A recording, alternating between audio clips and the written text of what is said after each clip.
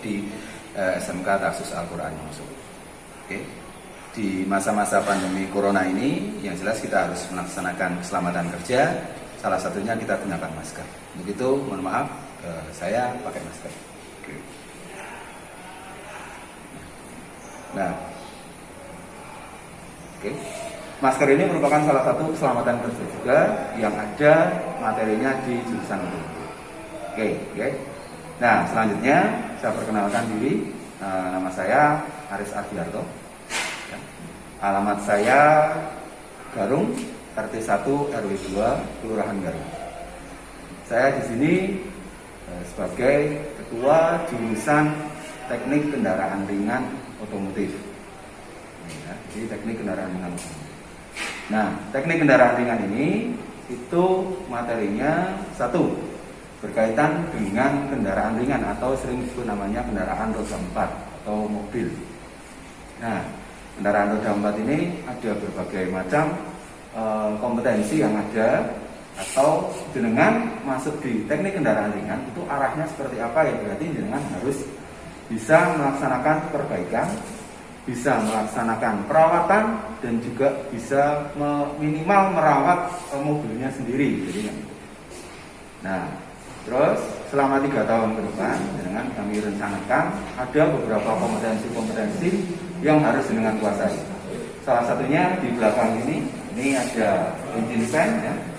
Ini engine stand. Nah, engine ini adalah engine yang terbaru ya, kendaraan untuk yang terbaru, yaitu ini engine Avanza. Ada 2 buah engine di sini ya. Ini. Terus selain itu keterampilan-keterampilan yang lain ya, selain engine itu juga kita bisa lihat di sini. Ini salah satunya adalah namanya primer ya.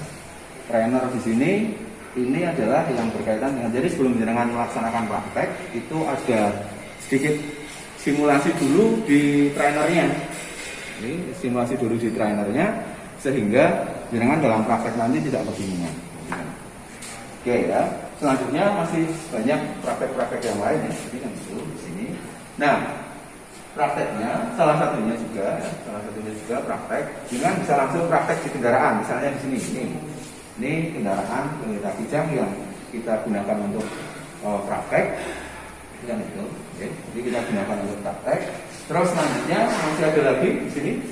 Ini salah satu untuk praktek juga. Nah, ini kendaraan ini adalah Brio ya. Jadi dia matic. Jadi sekali lagi digunakan untuk kegiatan praktek jenengan juga. Nah ini juga masih banyak hal lain yang untuk kegiatan prakteknya ya, salah satunya adalah seperti ini juga, ini masih kegiatan prakteknya. Jadi sekali lagi ya, kami ucapkan selamat datang di jurusan Teknik Kendaraan Ringan. Jadi kan itu. Dari situ jangan salah satu visi dan misi kami itu adalah salah satunya adalah dengan satu religius. Ya, jadi karena kita berbasis pondok, berarti jenengan harus memiliki sisi-sisi religiusnya, ya, atau sisi-sisi keimanannya atau keagamannya. Terus yang kedua, jadi secara pengetahuan jenengan harus bisa, artinya secara pengetahuan baik dalam hal ini terampil, ya, jadi kan itu terampil, jadi jenengan bisa melaksanakan sesuai dengan kompetensi-kompetensi yang ada. Jadi misalnya penguasaan untuk kendaraan seperti Brio, kendaraan seperti Kijang dan lain sebagainya, dan kendaraan-kendaraan yang lain. Jadi kan itu mungkin sedikit profil dari jurusan Teknik Kendaraan Ringan. Di sini seperti inilah bengkelnya, seperti inilah kita. Semoga siswa-siswa semuanya yang nantinya akan masuk ke SMK Tahfiz Al-Quran itu bisa sekali lagi bisa memiliki kompetensi-kompetensi yang diharapkan oleh pemerintah. Jadi kan itu. Jadi sekali lagi saya ucapkan selamat datang di jurusan Teknik Kendaraan Ringan Otomotif. Terima kasih. Assalamualaikum warahmatullahi wabarakatuh. Perkenalkan, nama saya Sarwono Aji. Di sini saya mengampu mata pelajaran produktif akuntansi. Jadi saya di sini hanya akan mengajar siswa-siswa yang berada di jurusan akuntansi dan keuangan lembaga saja. Selain itu saya juga diamanai sebagai kepala program keahlian, yang mana saya bertanggung jawab atas segala hal yang berada di jurusan akuntansi dan keuangan lembaga. Sebelumnya saya ucapkan selamat kepada Ananda semuanya yang telah dinyatakan diterima dan bergabung dengan kami di SMK Tahfiz Al-Quran Wonosobo. Semoga dengan bergabungnya Ananda semuanya menjadi hal yang positif dan hal yang baik untuk mencapai cita-cita bagi Ananda semuanya. Jangan lupa di era yang sangat menyedihkan ini, di era yang sangat menakutkan ini, tentunya kita harus tetap ingat dengan anjuran pemerintah untuk senantiasa menaati protokol kesehatan. Jangan lupa memakai masker, jangan lupa juga untuk selalu cuci tangan sesering mungkin. Dan yang paling penting tetap jaga kondisi badan dengan makanan-makanan yang bergizi. Dan yang lebih penting lagi, ingat jangan sering keluar rumah ataupun jangan keluar rumah bila tidak ada alasan yang penting. Selanjutnya di jurusan akuntansi kita punya 4 kelas di kelas 10. Kita punya 4 kelas di kelas 10, yaitu ada 10 AKL 1, 10 AKL 2, 10 AKL 3 dan 10 AKL 4. Kita juga punya 5 kelas di kelas 11 AKL. 11 AKL 1, 11 AKL 2, 11 AKL 3, 11 AKL 4 dan 11 AKL 5. Dan di kelas 12 kita punya 4 kelas akuntansi, yaitu 12 AKL 1, 12 AKL 2, 12 AKL 3 dan 12 AKL 4. Tentu Ananda semuanya ketika memilih jurusan akuntansi masih bertanya-tanya, kira-kira akuntansi itu akan membahas apa, akan ada hal yang menarik apa dalam akuntansi? Tenang, hari ini saya akan menjelaskan dengan sedikit singkat, tapi insya Allah bisa memberikan pemahaman yang cukup berarti bagi Ananda sekalian. Di akuntansi nanti kita akan membahas tentang dunia kerja, tentang dunia industri, dan yang paling pokok adalah tentang pencatatan keuangan dalam dunia kerja. Mapel yang nantinya akan Ananda dapatkan di kelas 10 yaitu akan ada materi akuntansi dasar atau AKD sebanyak 5 jam sekali pertemuan, ataupun seminggu 2 kali kalau pertemuannya dibikin 2 kali. Bisa 1 kali pertemuan 5 jam, bisa seminggu 2 kali pertemuan. Di situ nanti akan dibahas tentang perusahaan, baik perusahaan jasa, perusahaan dagang ataupun perusahaan manufaktur kalau sesuai dengan silabus. Nah, nanti akan dijelaskan tentang pengertian perusahaan jasa, bagaimana cara melaporkannya, bagaimana cara pencatatannya, yang nantinya mapel itu akan berkesinambungan atau terus dilanjutkan di kelas 11. Kemudian ada mapel yang tak kalah penting, yaitu perbankan dasar. Nanti Anda semuanya akan belajar tentang hal-hal yang dasar mengenai perbankan, baik tata cara pencatatannya ataupun produk-produk ataupun hal-hal yang lain tentang perbankan. Kemudian ada mapel yang cukup penting atau sangat penting bahkan, yaitu seperti etika profesi. Mapel itu nantinya akan mengajarkan Anda semuanya untuk memahami tentang kode etik dalam dunia kerja. Kemudian ada mapel lagi yaitu ekonomi bisnis. Ya, dalam mapel ekonomi bisnis nanti Anda semuanya akan diajarkan tentang hukum permintaan, hukum penawaran dan hal-hal yang lain tentang dunia bisnis. Itu sesuatu yang cukup penting dan malah sangat penting. Ada mapel lagi yang tak kalah penting yaitu administrasi umum. Administrasi umum nanti fokus pada dunia kantor, yaitu tentang tata kelolanya, tentang struktur organisasinya, tentang komunikasi bisnis, ada juga tentang layout dan juga hal-hal yang lain yang nantinya bisa Anda semuanya dapatkan di kelas 10. Materi pamungkas yang ada di jurusan akuntansi yaitu apa atau aplikasi pengolah angka, atau biasanya kita singkat menjadi spreadsheet, yang nantinya akan Anda dapatkan hanya khusus di kelas akuntansi, tidak didapatkan di kelas RPL, tidak didapatkan juga di kelas TSM dan juga TKRO, hanya ada di kelas AKL. Nah, apa itu spreadsheet? Nah, spreadsheet nanti Anda semuanya akan fokus dalam proses pembelajaran tentang Microsoft Excel, bagaimana cara mengerjakan sesuatu dengan cepat menggunakan rumus, dan juga nanti akan belajar bagaimana cara mengerjakan laporan keuangan, proses pencatatan akuntansi dengan Excel atau spreadsheet. Itu sekilas tentang mapel yang nantinya akan Anda dapatkan di kelas 10. Kemudian berbicara lebih lanjut tentang jurusan akuntansi punya 2 lab. Satu lab manual yang berada di lantai 1 nanti berfungsi untuk Anda semuanya ketika proses praktikum akuntansi manual. Pencatatan atau praktek pencatatan manual nanti kita selenggarakan selain di kelas, bisa juga diselenggarakan di lab manual. Kemudian yang satunya lagi adalah lab komputer.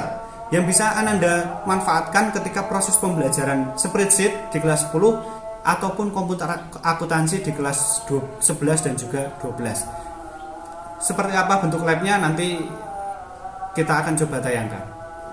Kemudian visi dari jurusan akuntansi ini yaitu untuk menghasilkan tenaga akuntansi yang terampil, siap kerja, berintegritas tinggi dan juga tanggap iptek. Artinya nanti setelah Ananda semua belajar tentang akuntansi dari kelas 10, kelas 11 dan juga kelas 12, diharapkan Ananda semuanya menjadi tenaga akuntansi yang terampil, yang siap bekerja dan juga berintegritas tinggi dan juga tanggap tentang iptek. Itu harapan dari kami di jurusan akuntansi kepada siswa-siswi di jurusan akuntansi. Kemudian selain itu di akuntansi kita juga ada salah satu produk yang menjadi bahan latihan bagi siswa juga, yaitu bank mini sekolah. Di mana bank mini sekolah itu adalah miniatur bank yang memang kita siapkan sebagai moda ataupun sarana ataupun hal yang bisa digunakan oleh siswa-siswi di jurusan akuntansi untuk belajar tentang dasar perbankan, baik tata cara pencatatan, cetak buku tabungan, menghitung laporan keuangan, itu bisa kita laksanakan di bank mini sekolah. Jadi nanti Ananda semuanya bisa praktek tentang bank perbankan dasar ataupun di bank mini sekolah yang berada juga satu gedung dengan kantor jurusan akuntansi. Selain itu, bank mini sekolah juga punya produk, yaitu produk tabungan, yaitu Simple namanya, simpanan pelajar. Di mana produk tabungan ini kita bekerja sama langsung dengan Bank Wonosobo. Jadi sistem yang ada di bank mini sekolah sudah langsung terintegrasikan, sudah langsung kita dapatkan dari Bank Wonosobo. Jadi nanti akan ada experience baru, ada pengalaman baru yang Ananda semua dapatkan ketika belajar di bank mini sekolah ataupun praktek di bank mini sekolah. Kemudian untuk apa sih kita belajar akuntansi? Ya tentu kita banyak mengenal tentang tentang dunia kerja, tentang dunia industri. Kita tentu mengenal ada kantor bupati, ada kantor gubernur, ada juga perusahaan, PT Sido muncul, ada Coca-Cola, ada Astra dan yang lainnya. Semua hal yang ada tersebut tentu tidak akan berjalan tanpa adanya akuntansi, tanpa adanya pencatatan laporan keuangan. Untuk mereka yang di pemerintah daerah tentunya butuh akuntansi, tentunya dalam ranah PAL, praktikum akuntansi lembaga, yang nantinya bisa Anda dapatkan semua di kelas 11 dan juga kelas 12. Untuk yang perusahaan-perusahaan seperti Sido muncul dan yang lainnya nanti akan Anda dapatkan di kelas 10 di akuntansi dasar, di kelas 11 di praktikum akuntansi jasa dagang dan manufaktur, dan juga kelas 12 di praktikum akuntansi jasa dagang dan manufaktur. Tentunya semua usaha, semua lembaga butuh akuntansi, dan saya harap dan saya yakinkan bahwa Ananda semuanya memilih jurusan akuntansi merupakan suatu pilihan yang sangat tepat. Begitu saja yang bisa saya sampaikan. Sampai jumpa nanti di dalam daring, dan marilah sama-sama kita berdoa semoga pandemi segera berakhir, kita semoga bisa cepat tatap muka, dan kita semoga bisa langsung bersatu dalam kelas, saling bertukar pikiran, saling belajar bersama, dan tentunya kami akan menghadirkan experience baru dalam hal kehidupan Ananda semuanya. Terima kasih, gitu saja, kurang lebihnya mohon maaf. Wabillahi taufiq wal hidayah. Wassalamualaikum warahmatullahi wabarakatuh.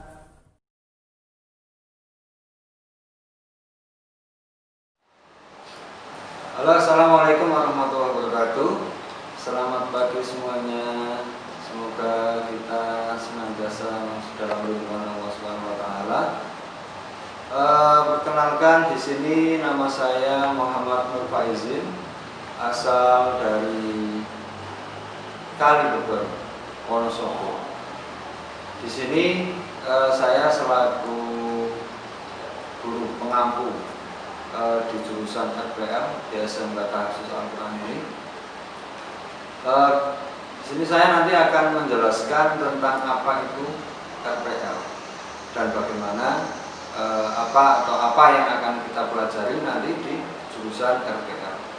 RPL di sini adalah salah satu jurusan dari 4 jurusan yang ada di SMK Khusus. Sebelumnya di jurusan RPL ini ada visi dan misi dulu ya. Saya sampaikan visi dan misi dulu. di jurusan RPL. Visi dari jurusan RPL adalah menjadikan lulusan yang berakhlakul karimah, terampil dan mandiri. Kemudian misinya yaitu mengembangkan proses pembelajaran yang berbasis pesantren dan menyiapkan lulusan yang terampil, profesional dan mandiri di bidangnya. Ya. Jadi karena kita basisnya adalah basis pesantren, maka kita memiliki misi untuk mengembangkan proses pembelajaran yang berbasis pesantren. RPL itu sendiri ini diampu oleh ada 10 guru mapel yang mengampu di jurusan RPL. Di jurusan RPL ini sendiri sudah ada 3 guru yang sudah MCOM. Untuk RPL atau rekayasa perangkat lunak atau istilah asingnya adalah software engineering, adalah bidang profesi yang mendalami cara pengembangan perangkat lunak termasuk pembuatan, pemeliharaan, manajemen dan manajemen kualitas. Jadi nanti kita di RPL belajar tidak hanya menggunakan perangkat lunak itu sendiri saja, tapi belajar bagaimana cara membuat atau mengembangkan perangkat lunak sampai bisa digunakan dan sekaligus bisa kita atau diarahkan untuk memelihara atau pemeliharaannya.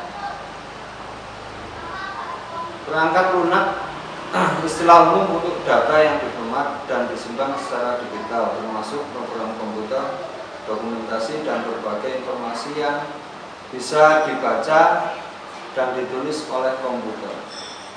Jadi contoh perangkat lunak di sini kan ada beberapa pembagian ya.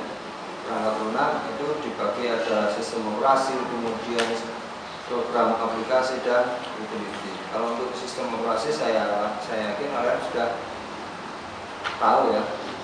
Yaitu diantaranya ada sistem operasi yang dari Windows, kemudian sistem operasi Linux. Kemudian materi yang akan dipelajari di RPL diantaranya yang pertama ada SCOM atau sistem komputer, kemudian ada KJD, di mana KJD nanti belajar sedikit tentang jaringan. Terus ada pemrograman dasar, kemudian ada pemrograman web. Selanjutnya ada web, kemudian ada pemrograman berorientasi objek dan yang selanjutnya adalah materinya basis data.